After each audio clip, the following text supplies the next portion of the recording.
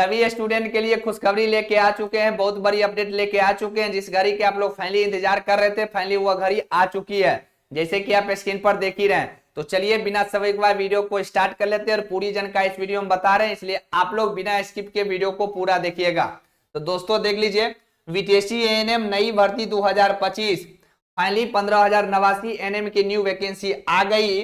ANM नियमावली 2025 हुआ जारी, आवेदन शुरू इस दिन से होगी। उम्र सीमा, सिलेबस, शैली, योग्यता, चयन प्रक्रिया, जल्दी से जाने संपूर्ण जानकारी। तो दोस्तों जो कैबिनेट से एनएम नियमावली 2025 पर जो मोहर लगी थी, वो एनएम नियमावली 2025 जारी किया गया है। तो चलिए इस वीडियो में पूरी जानकारी हम आपको बताने वाले हैं। जो 15,089 पदों पर एनएम की न्यू बहाली कब आ रही है, इसके लिए अर्हता क्या रखा गया है, आवेदन कब से स्टार्ट हो रही है, उम्र सीमा क्या है, सिलेबस क्या है, शैली क्या है, पूरी जानकारी इस वीडियो में आपको बताने वाले हैं। इससे पहले हमारे चैनल पर आप नए हैं, चैनल को सब्सक्राइब कर और नोटिफिकेशन ऑन करिएगा डेली बेसिस से सही वीडियो पाने के लिए। तो चलिए बिना समय गवाए वीडियो को स्टार्ट कर लेते हैं, आप लोग वीडियो में बने रहिए। दोस्तों देख लीजिए, बिहार एएनएम संवर्ग नियमावली 2025।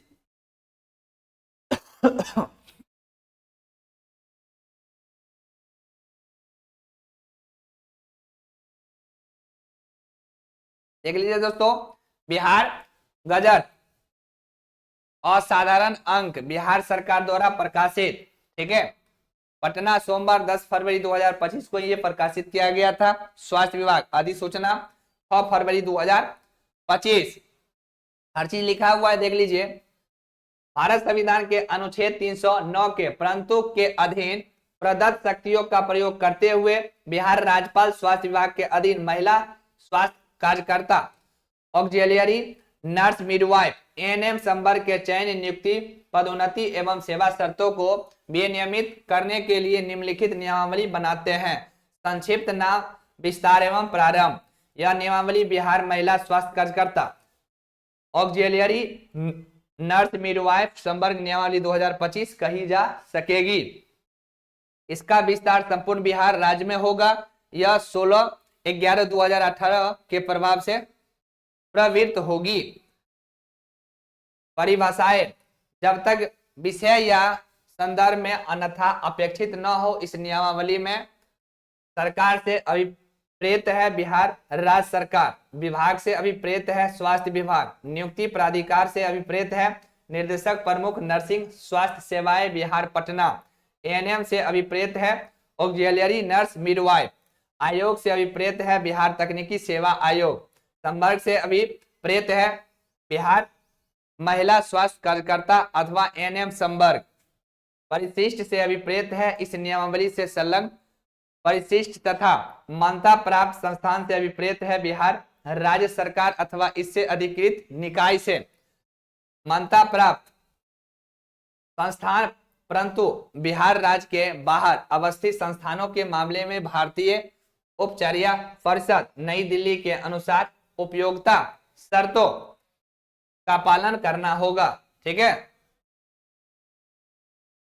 देखिए तीसरा, देखिए संवर्ग का गठन, बिहार महिला स्वास्थ्य कार्यकर्ता ऑक्सिलियरी नर्स मिडवाइफ का संवर्ग राज्य स्तरीय होगा। संवर्ग में कुल पदों की संख्या उतनी होगी जितनी सरकार द्वारा समय समय पर स्वीकृत की जाए। आगे देख लीजिए, चौथा है आपको संवर्ग का पद सोपान। इस संवर्ग की विभिन्न कोटियां एवं पद सोपान संलग्न परिशिष्ट के अनुसार होंगे। भर्ती, इस संवर्ग में नियुक्ति मूल कोटि के पद पर सीधी भर्ती से प्रतियोगिता परीक्षा एवं नियम 8 के सेकेंड में निर्धारित प्रक्रिया के द्वारा आयोग की अनुशंसा के आधार पर होगी, ठीक है। अर्हताएं देख लीजिए, योग्यता, मूल कोटि के पद पर सीधी भर्ती द्वारा नियुक्ति के लिए न्यूनतम शैक्षणिक अर्हता मान्यता प्राप्त संस्थान से भारतीय उपचारिया परिषद द्वारा समय समय पर अवधारित अवधि का ऑक्सिलियरी नर्स मिडवाइफ में प्रशिक्षण कोर्स में उत्तीर्णता एवं तत्संबंधी प्रमाण पत्र प्राप्त करना आवश्यक होगा। परंतु बिहार राज्य से बाहर के संस्थानों के मामले में भारतीय उपचारिया परिषद नई दिल्ली से उपयुक्तता प्राप्त करना अनिवार्य होगा। अभ्यर्थी को बिहार परिचारिका निबंधन परिषद से निबंधन रहना भी अनिवार्य होगा। अन्य राज्य परिषद में पंजीकृत अभ्यर्थियों को काउंसलिंग से पूर्व बिहार परिचारिका निबंधन परिषद से पंजीकरण करना होगा तथा काउंसलिंग के समय या उसके पूर्व बिहार परिचारिका निबंधन परिषद से वैध पंजीकरण प्रमाण पत्र प्रस्तुत करना होगा, अन्यथा उनकी उम्मीदवारी चयन एवं नियुक्ति के लिए अयोग्य मानी जाएगी। उम्र सीमा देख लीजिए, सीधी भर्ती के लिए न्यूनतम आयु सीमा 21 वर्ष, न्यूनतम, ठीक है, आयु सीमा 21 वर्ष होगी और अधिकतम आयु सीमा वही होगी जो सामान्य प्रशासन विभाग द्वारा समय समय पर आरक्षण कोटिवार व्यय निश्चित की जाएगी। बिहार राज्य के अंदर अवस्थित सभी सरकारी, गैर निजी, केंद्र सरकार, पंचायत, नगर निगम आदि स्वास्थ्य सुविधा केंद्रों अथवा अस्पतालों में संविदा के आधार पर स्वास्थ्य सुविधा प्रदान करने वाले अभ्यर्थियों को उसके द्वारा किए गए कार्य अवधि के समतुल्य उसी पद पर अधिकतम उम्र सीमा में छूट प्रदान की जाएगी। किसी कार्यरत वर्ष के अंश को भी इसमें शामिल किया जाएगा, परंतु यह लाभ संविदा पर वास्तविक सेवा अवधि के लिए ही देय होगा। परंतु संविदा पर नियुक्ति सक्षम प्राधिकार द्वारा तत्समय बिहार राज्य में लागू आरक्षण नीति का सामान्य प्रशासन विभाग द्वारा समय समय पर निर्गत दिशा निर्देश लागू होंगे। तीसरा है, देख लीजिए, विज्ञापन प्रकाशन वर्ष की ओनली अगस्त को उम्र के अवधारण के लिए कट ऑफ डेट माना जाएगा, यानी 1 अगस्त, ठीक है। अगला देख लीजिए, भर्ती की प्रक्रिया आप देख लीजिए, ये तो हम आपको बता दिए, ये उम्र सीमा, ये हम आपको अर्हता बता दिए, ये आपको नियमावली बता दिए। अब आप भर्ती प्रक्रिया देख लीजिए। नियुक्ति प्राधिकार किसी नियुक्ति वर्ष की 1 अप्रैल की स्थिति के अनुसार रिक्ति की गणना एवं रोस्टर क्लियरेंस कराकर यथा संभव उसी वर्ष 30 अप्रैल तक कोटिवार अधियाचना आयोग को भेजेगा। यानी 1 अप्रैल आपको जो है पता है, जो नया सत्र शुरू होती है, इसलिए 1 अप्रैल तक आपको जो है रिक्ति का ब्यौरा मांगा जाएगा। उसी महीना में 30 अप्रैल तक आपको रिक्ति जारी कर दिया जाएगा। अधियाचना के आलोक में आयोग रिक्तियों को विज्ञापित कर आवेदन पत्र आमंत्रित करेगा और निम्नलिखित के आधार पर मेधा सूची तैयार करेगा, ठीक है। चलिए आगे देख लीजिए, प्रतियोगिता परीक्षा के आधार पर चयन किया जाएगा। प्रतियोगिता परीक्षा का प्रश्न पत्र भारतीय नर्सिंग काउंसिलिंग द्वारा, ठीक है, काउंसिल द्वारा निर्धारित ऑक्सिलियरी नर्स मिडवाइफ के पाठ्यक्रम पर आधारित होगा, ठीक है। टोटल 75 अंक, ठीक है, एग्जाम, और 25 अंक आपका हो गया। देख लीजिए संविदा वाला तो टोटल 100 हो गया, समझे। जो आपको जीएनएम का था वैसा ही नियमावली इसमें, इससे पहले भी यही था। अब देखिए ये तो 75 हो गया एग्जाम के लिए, यानी 75 अंक, ठीक है। अब देखिए, बिहार राज्य के अंदर अवस्थित सभी सरकारी, गैर निजी, केंद्र सरकार, पंचायत, नगर निगम आदि स्वास्थ्य सुविधा केंद्रों, अस्पतालों में संविदा के आधार पर संतोषजनक कार्य अनुभव के लिए प्रति वर्ष के लिए 5 अंक, अधिकतम 25 अंक, किसी वर्ष के अंश के लिए कार्य दिवसों की संख्या में 5 से गुना करने के 5365 से भाग देकर प्राप्त अनुपादिक, ठीक है, अनुपादिक अंक जोड़ा जाएगा। यानी देख लीजिए 75 प्रश्न रहेगा, आपको 100 प्रश्न पूछा जाएगा, वो हम आपको आगे बताएंगे। और ये 25 आपको हो गया संविदा वाला, टोटल 100 अधिकतम, ठीक है। आगे देखिए, परंतु उक्त कार्य अनुभव का लाभ नियम 60 के सेकेंड के, ठीक है, अनुरूप संविदा पर नियोजित होने पर ही अनुमान्य होगा। संविदा नियुक्ति उसी पद पर होना चाहिए। स्पष्टीकरण स्पष्ट कर दिया है, देख लीजिए। प्रतियोगिता परीक्षा में प्राप्तांक के लिए किसी अभ्यर्थियों को प्रदान किए जाने वाले अंकों का अवधारण प्रतियोगिता परीक्षा में प्राप्त कुल अंकों के प्रतिशत को 0.75 के गुणक से गुणा करना होगा।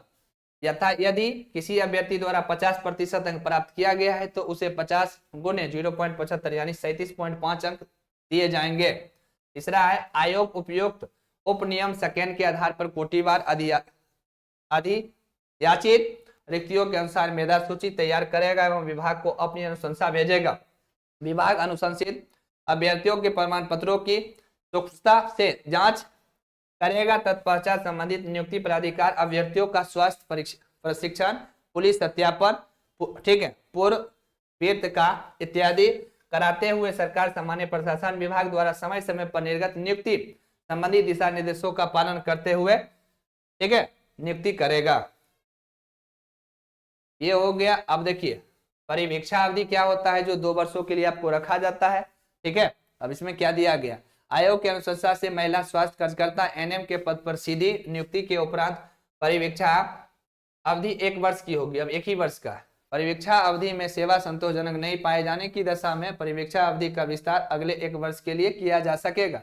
यदि विस्तारित अवधि में भी सेवा संतोषजनक नहीं पाई जाती है तो नियुक्ति पर अधिकार ऐसे महिला स्वास्थ्य कार्यकर्ता एनएम को सेवा मुक्त कर दिया जाएगा। ये परिवीक्षा क्या हो जाएगा, यानी 1 साल तक आपको देखा जाएगा जो आप सही से काम कर रहे हैं या घूस ले रहे हैं, हर चीज ले रहे हैं, अगर उसमें अगर घूस लेते हुए पकड़ा गए या काम संतोषजनक नहीं हुआ तो उसको आपको हटा दिया जाएगा उससे। ये नहीं सोचिएगा जो है हमको तो जॉब हो गया आप जो है ना क्लियर, नहीं। परिवीक्षा का यही होता है आपको 1 साल देखा जाएगा आप 1 साल किस ढंग से काम कर रहे हैं। अगर 1 साल में घूस लेते हुए पकड़ा गए तो बस हो गया काम, कहानी खत्म। अगर 1 साल में काम संतोषजनक नहीं हुआ, आप खुश नहीं किए तो फिर आपको जो है 1 साल के लिए दे दिया जाएगा। इस 1 साल में भी आपका एक्टिविटी वही रहा तो फिर आपको सेवा मुक्त कर दिया जाएगा, यानी आपको जॉब से हटा दिया जाएगा।